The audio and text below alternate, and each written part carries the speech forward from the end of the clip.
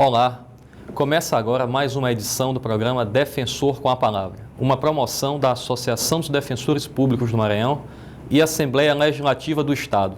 Fique conosco, que o nosso programa já está no ar.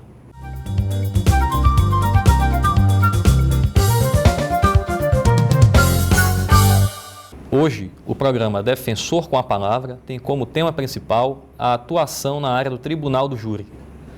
E quem vai falar mais sobre tais questões será o defensor público, Dr. Lúcio Lins. Seja bem-vindo, Dr. Lúcio. Telespectadores da TV Assembleia, do programa Defensor com a Palavra, obrigado pelo convite, Vinícius. Dr. Lúcio, como é composto o Tribunal do Júri? Quais são as pessoas que podem ser jurados no Tribunal do Júri? Como se dá esse processo de escolha dessas pessoas? Dr. Vinícius, o Tribunal do Júri é composto por qualquer cidadão, qualquer cidadã com reputação ilibada. Qualquer pessoa do povo, atendida a esses requisitos, pode ser convocada a participar, a fazer parte do corpo de jurados. Há um sorteio prévio, escolha de determinadas pessoas que acabam fazendo parte do corpo de jurados, composto de 25 pessoas. Posteriormente, que esse número é reduzido para cada sessão. Além dos jurados, do Vinícius, na sessão de julgamento do júri, nós temos um juiz-presidente, que é um juiz de direito concursado, que preside as sessões. Nós temos um promotor de justiça, que faz a acusação. E nós temos a defesa, exercida ora pela Defensoria Pública, ora por advogados privados. E os servidores públicos que acabam fazendo toda a estrutura para que a sessão ocorra. Dr. Lúcio, sabemos que existe um fascínio muito grande do público, muito disso em decorrência da grande massa televisiva, da mídia e tal, pelo Tribunal do Júri. Nós percebemos alguns filmes, até mesmo no cinema, que muito se fala sobre o Tribunal do Júri. Quais são os delitos que estão submetidos a esse rito especial do Tribunal do Júri? Dr. Vinícius, nós temos que observar que o Tribunal do Júri, diferente desses filmes cinematográficos estadunidenses que nós acostumamos a ver desde criança, no Brasil optou-se por reduzir a competência de quais delitos, quais crimes são submetidos ao Tribunal do Júri. No Brasil, apenas os crimes dolosos contra a vida. Em regra, no Tribunal do Júri, a prática, acabamos vendo que os homicídios e a tentativa de homicídio são grande e grosso, praticamente todos os crimes que são julgados no Tribunal do Júri. Certo, seriam então todos os crimes dolosos contra a vida. Isso. Quais seriam os crimes? Homicídio, tentativa de homicídio, aborto, infanticídio. Dr. Lúcio, qual a importância do núcleo do Tribunal do Júri, da Defensoria Pública Estadual, para a resolução desses conflitos? Nós temos que observar que não só o núcleo do júri, mas toda a defesa criminal, da qual faz parte o núcleo do júri, lato sensu, sentido amplo, ela tem um papel importantíssimo para a manutenção do próprio Estado de Direito. Todo cidadão, toda cidadã deve ter assegurado o seu direito de defesa. Isso é uma garantia individual, mas não só uma garantia individual, é uma garantia de toda a coletividade, é uma garantia de pacificação social, uma garantia de que qualquer cidadão, qualquer cidadã, acaso seja acusada de qualquer crime que ocorra, ela tenha direito a uma defesa técnica, não seja simplesmente julgada, condenada, acusada e com a execução de uma pena, eventualmente, que lhe fosse imposta pela mesma pessoa. Há necessidade de garantia desta plenitude de defesa, que é, no caso do júri, nós temos muito mais do que uma ampla defesa, nós temos o que chamamos de plenitude de defesa. E serve à pacificação social. Eu gosto de lembrar sempre, nas primeiras sessões de julgamento, quando nós começamos a conhecer o corpo de jurados e jurados, eu gosto de lembrar uma lenda que existe, Dr. Vinícius, do Salomão. Diz essa lenda que Salomão, quando ia julgar uma pessoa, ele tapava um ouvido. E questionado por que Salomão tapava um dos ouvidos, ele dizia que ele estava guardando um ouvido para a defesa. Ele apenas escutava com um a acusação e guardava o segundo para escutar a defesa, para que, de uma forma mais firme, pudesse formar a sua convicção de qual decisão deve proferir. E, da mesma forma, aos jurados, nós podemos concluir dessa forma, que a defesa, assim como a acusação, assim como todos os atores que atuam nesse processo, eles têm seus papéis e devem ser respeitados nesse sentido, de que acabam fornecendo subsídios, elementos para que os jurados possam tomar sua decisão de forma mais concisa, de forma mais robusta, de forma mais firme. Especificando um pouco mais e falando mais da atuação da Defensoria Pública, como se dá essa atuação do defensor público no processo do júri? A atuação do defensor público no processo do júri, ela se dá, como via de regra se faz a atuação da Defensoria Pública, na defesa daqueles que são chamados os hipossuficientes. Aquelas pessoas que não têm, grosso modo falando, não têm condições de pagar um advogado privado. Mas há situações que, eventualmente, teria condições de pagar e que a condenação em honorários ser revestido para o fundo da Defensoria Pública. Mas a pessoa acaba se tornando um hipossuficiente jurídico, porque não pode deixar de ter esta defesa que nós citamos agora há pouco. Então, a Defensoria Pública, sempre que não há defesa, não há constituição de um advogado privado, ou que a pessoa, ou um familiar da pessoa nos procura, nós passamos a atuar nessa defesa dessa pessoa neste processo. Mesmo que a pessoa tenha condições financeiras, então ela pode ser assistida pela Defensoria Pública em qualquer processo criminal?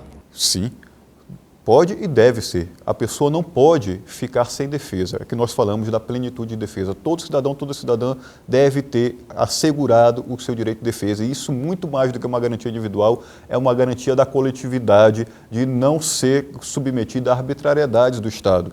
A arbitrariedade do Estado, doutor Vinícius, nós temos em estados ditatoriais. Da ditadura que vivíamos até pouco tempo militar, onde apenas umas juntas militares julgavam e condenavam sem qualquer direito à defesa. Então, e o Código de Processo Penal assegura que, nesses casos, sejam as pessoas que têm condição de pagar advogado, elas são condenadas a pagar honorários, que não são revertidos ao defensor público. O defensor público não recebe nada mais do que aquela remuneração já fixa no final do mês. É revertida a um fundo de aparelhamento da Defensoria Pública que acaba sendo utilizado em favor dos demais assistidos da Defensoria Pública. Doutor Lúcio, como ocorre no tribunal do júri a relação entre o defensor público e os outros agentes da justiça, como o juiz e o promotor de justiça? Bem, eu entendo que esta relação deve ocorrer sempre com respeito. Respeito não só pessoal, a pessoa do juiz, a pessoa do promotor, dos jurados, dos servidores, mas respeito às posições institucionais de cada um deles. A posição do juiz-presidente, que ali preside o trabalho e ao final profere a sentença de acordo com a decisão que os jurados deram, mas também a posição do órgão acusatório, do Ministério Público, que também deve funcionar como fiscal da lei. E este respeito que eu, particularmente, e acredito que todos os demais colegas com atuação no Tribunal do Júri procuramos dar, nós devemos também exigir. Que respeitem a posição institucional de defesa. Defesa justamente assegurada naquela plenitude de defesa. Há que se destacar, doutor Vinícius, que a atuação do defensor do Tribunal do Júri, ao meu ver, ela é pautada em duas balizas. Ela deve ser guiada por duas balizas. Uma baliza que é a independência funcional. Independência funcional que os defensores públicos têm. Esta independência funcional, doutor Vinícius, ela quer dizer que nós, defensores públicos, temos a liberdade de definir quais fundamentos jurídicos, quais teses jurídicas nós utilizaremos para a defesa técnica daquele acusado, num processo criminal que nós tratamos aqui, do procedimento do Tribunal do Júri. E a plenitude de defesa, que é a segunda baliza, ela quer dizer que essa garantia individual e também coletiva, que nós falamos agora há pouco, ela quer dizer que todas as pessoas devem ter a sua defesa assegurada o máximo possível. Juntando essas duas balizas, eu entendo que tudo aquilo que nós tivermos e pudermos extrair da instrução probatória, dos autos do processo, daquilo que a defesa também ajudou a produzir, das provas que a defesa também ajudou a produzir, tudo aquilo que nós pudermos extrair, nós devemos colocar como defesa, mas também não somos obrigados a fazer uma defesa a qualquer custo, uma defesa por uma absolvição a qualquer custo. É justamente isso que é o papel da independência funcional. Então, doutor Vinícius, essa é a atuação da Defensoria Pública no Tribunal do Júri que eu entendo que deve ser colocada. Qual a importância, doutor Lúcio, do defensor público nesses processos a serem julgados? A importância, doutor Vinícius, eu acredito que é demasiada, digamos assim. Por quê? O que nós vemos, não só no núcleo do Tribunal do Júri, que nós temos um núcleo específico na capital, em São Luís, mas temos também atuação no interior, já atuei no interior, nós temos atuação de defensores criminais, que atuam em outras áreas também, mas também fazem defesa em processos submetidos ao Tribunal do Júri.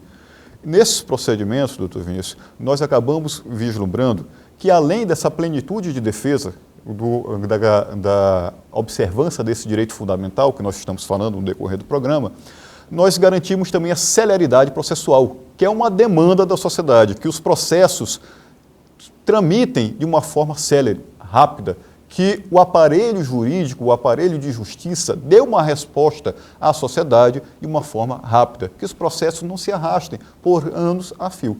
Além disso, doutor Vinícius, nós temos que destacar que onde não há defensoria pública, como a pessoa não pode ficar sem sua defesa técnica, muitas vezes há necessidade do juiz, presidente, nomear o que são chamados advogados dativos, que acabam recebendo honorários pagos pelo Estado do Maranhão. E isso onera demasiadamente o erário público.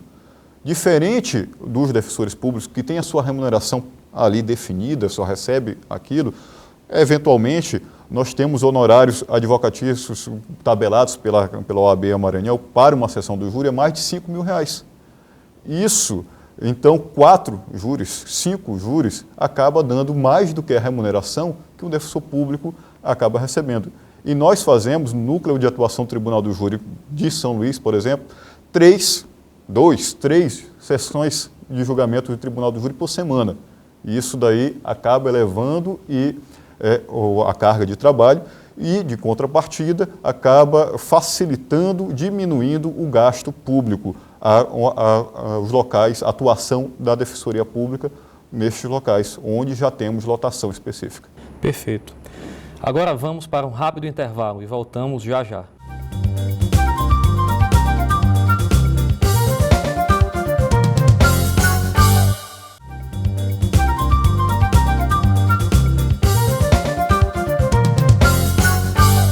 Voltamos ao programa Defensor com a Palavra, com o defensor público Lúcio Lins, que atua na 4ª Vara do Júri da comarca de São Luís. Doutor Lúcio, o senhor poderia nos narrar, nos citar algum caso que tenha lhe marcado na atuação perante a 4ª Vara do Júri?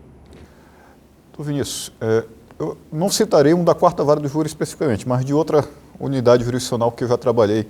Talvez eu acho que um caso bem simbólico para os senhores e as senhoras perceberem, senhores telespectadores, a necessidade da plenitude de defesa. Em investigações preliminares, doutor Vinícius, em um determinado caso, apontou-se que 3 irmãos e um pai teriam matado um indivíduo que teria discutido, por conta de uma discussão banal no meio da rua, com um desses irmãos. Investigações preliminares, onde não há exercício de defesa, de plenitude de defesa, apontaram nesse sentido. No processo judicial, já com o exercício da plenitude de defesa, do contraditório, com produção de provas por partes também da defesa, chegou-se à conclusão que, em verdade, este indivíduo que morreu, junto com outros 3 amigos, estavam tentando invadir a casa de um daqueles irmãos, onde havia 2 crianças. Inclusive, um dos amigos deste indivíduo que morreu assediava uma dessas crianças. E o conflito surgiu porque o pai da criança não deixava mais, estava obstaculizando este assédio. Então, o que se apurou é que, na verdade, aquela família, aquele pai e aqueles 3 irmãos que foram acusados de terem matado aquele indivíduo estavam agindo no exercício de legítima defesa, estavam protegendo a sua família. E isso só se pôde apurar com o exercício do contraditório, com o exercício da plenitude de defesa. E esta garantia que deve ser assegurada, que eu reforço ao cidadão, à cidadã que está assistindo aqui o programa Defensor com a Palavra, que deve ser garantida a todos e a todas. Doutor Lúcio, o senhor atende em média a quantas pessoas por dia no núcleo do júri e onde essas pessoas podem buscar atendimento, as pessoas que necessitem?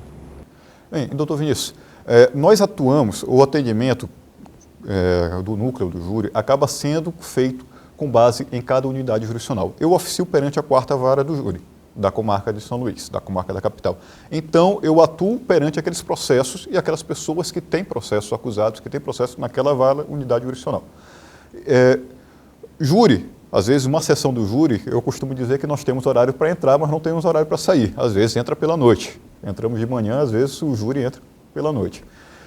Mas, resumidamente, nos dias que nós temos júri, acabamos não tendo audiência ou outras questões. Mas entre sessões de julgamento, audiências da primeira fase do Tribunal do Júri, atendimentos pessoais, análise processual, peticionamento, nós costumamos ver aqui cerca de 7 a 8 casos por dia que nós acabamos lidando.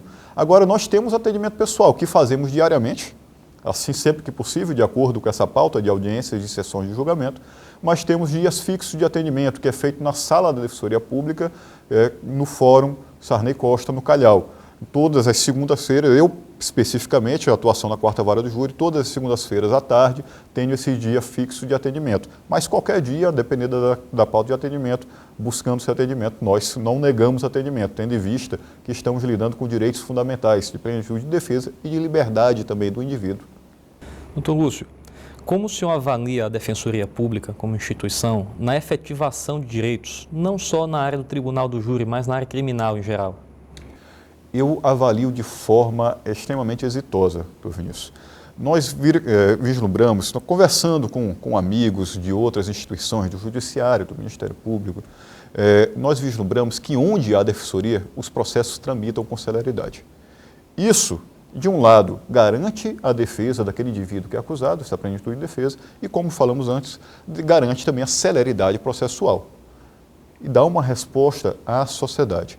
Há que se destacar também, doutor Vinícius, que os defensores públicos, eles são pessoas, são homens, são mulheres que são submetidas a concursos públicos. Concursos públicos, com a modéstia aqui, que nos cabe mais, os concursos mais difíceis do estado do Maranhão e também do Brasil. O concurso público da Defensoria Pública, ao qual foi submetido, por exemplo, a temática dos direitos humanos acabou sendo paradigma para outros concursos que acabaram vindo posteriormente. E isso tudo, doutor Vinícius, leva a uma defesa técnica muito mais apurada, não só na área do Tribunal do Júri, não só na área criminal, mas também promoção de direito em diversas áreas, conforme o senhor já viu, já que conversou com diversos outros colegas, no programa Defensor com a Palavra. Doutor Lúcio, gostaríamos de agradecer a sua presença aqui no Defensor com a Palavra e gostaríamos de abrir esse espaço final para suas considerações. Muito obrigado, doutor Vinícius. Quero agradecer o convite em nome dos colegas do Núcleo Tribunal do Júri da comarca de São Luís, de atuação na comarca de São Luís especificamente, e colocar a telespectador e a telespectadora a disponibilidade dos serviços da Defensoria Pública, não só no âmbito criminal, mas tenham certeza que todo profissional, todo defensor público, toda defensora pública, todo colega que os senhores procurar, os senhores serão muito bem atendidos e não só atendidos com a humanidade que se deve esperar de um atendimento de um servidor público para com os senhores e as senhoras, mas também com proficiência técnica, com expertise, com capacidade de defendê-los e promover vossos direitos da forma melhor possível. Muito obrigado aos senhores. Encerramos por aqui. Não esqueça de acompanhar o programa Defensor com a Palavra nos canais 51.2, canal digital aberto, e 17 na TVN, às quartas-feiras, 21 horas, e reprise às sextas-feiras, 17 horas. Até o próximo programa Defensor com a Palavra. Até lá.